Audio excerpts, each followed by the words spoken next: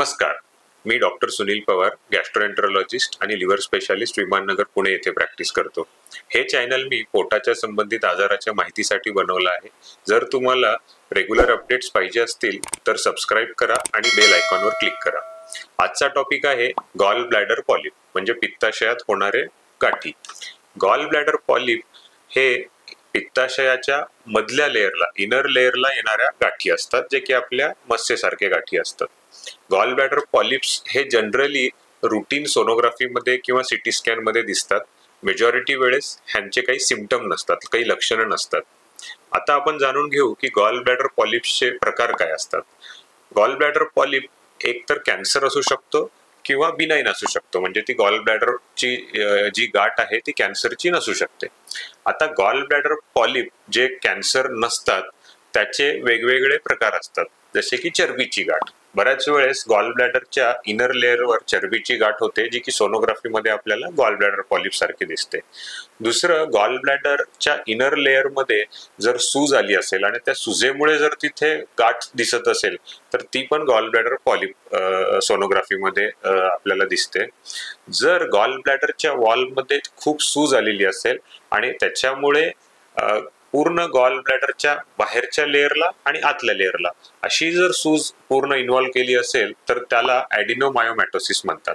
म्हणजे gall bladder polyps, benign gall bladder polyps जे की कॅन्सर नसतात, त्यांचे 3 टाईप असतात. एक म्हणजे कोलेस्टेरॉल पॉलिप, ज्याला आपण चरबीची पॉलिप म्हणतो. दुसरं इन्फ्लामेटरी पॉलिप, जे सुजेमुळे येत असते. आणि तिसरं ॲडिनोमायोमॅटोसिस, ज्याच्यामध्ये गॉल ब्लॅडरच्या पूर्ण वॉललाच सूज आलेली असते. आनंदाची गोष्ट म्हणजे गॉल ब्लॅडर पॉलिप मेजॉरिटी वेळेस हे कॅन्सरचे नसतात, म्हणजे गॉल ब्लॅडर मध्ये असणारी गाठ ही कर्करोगाची नसते मेजॉरिटी वेळेस. आता आपण जाणून घेऊ की गॉल ब्लॅडर पॉलिप्सचे लक्षण काय असतात. जसं की मी पहिलं सांगितलं, गॉल ब्लॅडर पॉलिपमध्ये मेजॉरिटी वेळेस सिम्पटम नसतात. ते रुटीन सोनोग्राफी की जी कोणत्या तरी वेगळ्या कारणासाठी केलेली आहे त्याच्यामध्ये ते आढळून येतात. दुसरं, गॉल ब्लॅडर पॉलिपमुळं पोटाच्या उजव्या भागात वरच्या बाजूला दुखू शकतं आणि कधी कधी हे गॉल ब्लॅडर पॉलिप तुटून ते स्टोन सारखे बिहेव करतात, म्हणजे पित्ताशयाच्या नळीमध्ये जाऊन अडकतील किंवा पित्ताशयाच्या नळीमधून खाली येऊन स्वादुपिंडाच्या नळीच्या तिथे अडकतील आणि त्याच्यामुळे दुखणं, कावीळ होणं ह्या गोष्टी देखील होऊ शकतात. आता पेशंट्सचे प्रश्न नेहमी विचारतात की हे गॉल ब्लॅडर पॉलिपचं पुढे जाऊन कॅन्सरचं प्रमाण किती लोकांमध्ये आढळतं. जर आपण 1,00,000 व्यक्ती ज्यांना गॉल ब्लॅडर पॉलिप आहेत, अशा 1,00,000 लोकांना 1 वर्षासाठी जर फॉलोअप केलं तर 1,00,000पैकी 11 लोकांना गॉल ब्लॅडरचा कॅन्सर होण्याची शक्यता असू शकते. म्हणजे 1,00,000पैकी 11 लोकांना एका वर्षात. आता आपण जाणून घेऊ की हे कॅन्सर होण्याची रिस्क कोणत्या पद्धतीच्या लोकांमध्ये किंवा पॉलिपमध्ये जास्ती आढळून येते. जर गॉल ब्लॅडर पॉलिपची साईज 1 सेंटीमीटर पेक्षा जास्त असेल किंवा गॉल ब्लॅडर पॉलिप हे वृद्ध व्यक्तींमध्ये, म्हणजे 60 वर्षापेक्षा जास्त असणाऱ्या व्यक्तींमध्ये जर गॉल ब्लॅडर मध्ये ते गाठी आढळून आल्या, पॉलिप आढळून आले, तर त्यांच्यामध्ये कॅन्सरची रिस्क जास्ती असते.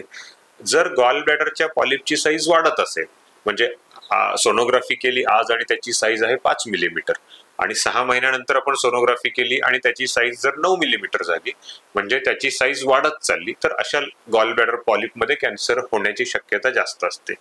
किंवा लिव्हरचा एक आजार आहे ज्याला प्रायमरी स्क्लेरोजिंग कोलॅंजायटिस म्हणतात, ज्याच्यामध्ये पित्ताशयाच्या नळ्यांचा आजार असतो. जर ह्या आजारामध्ये जर गॉल ब्लॅडर पॉलिप असतील तर त्याच्यामध्ये भविष्यामध्ये कॅन्सर होण्याची शक्यता जास्त असते. तर आता आपण जाणून घेऊ की गॉल ब्लॅडर पॉलिपचा आपण ट्रीटमेंट कसं करतो. जर गॉल ब्लॅडर पॉलिप 1 सेंटीमीटर पेक्षा जास्त असेल किंवा गॉल ब्लॅडर पॉलिप सोबत गॉल ब्लॅडर मध्ये स्टोन्स पण असतील किंवा गॉल ब्लॅडर पॉलिप ची साईज वाढत असेल, इंटरव्हल नंतर आपण जर सोनोग्राफी केली आणि साईज वाढत चालली असेल, तर अशा लोकांमध्ये डॉक्टर जनरली ऑपरेशनचा सल्ला देतात. जर गॉल ब्लॅडर पॉलिप हा 1 सेंटीमीटर पेक्षा छोटा असेल आणि पेशंटला काही देखील लक्षणं नसतील, तर अशा व्यक्तींना गॉल ब्लॅडर पॉलिपसाठी दर 6 महिन्याला सोनोग्राफी करण्याचा सल्ला दिला जातो.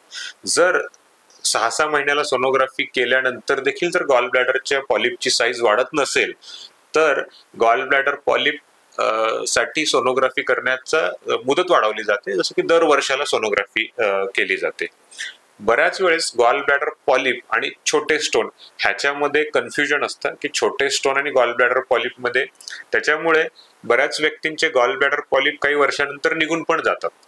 तर आज आपण जाणून घेतलं की गॉल ब्लॅडर पॉलिप असतात काय, त्यांचे प्रकार काय असतात, त्यांचे लक्षणं काय असतात, गॉल ब्लॅडर पॉलिपमध्ये कॅन्सरची रिस्क किती आहे आणि कशा पद्धतीच्या पॉलिपमध्ये ही रिस्क जास्ती आहे आणि ह्याची ट्रीटमेंट कशी केली जाते. तुम्हाला जर हे व्हिडिओ आवडला असेल तर लाईक करा आणि कृपया शेअर करा. थँक्यू.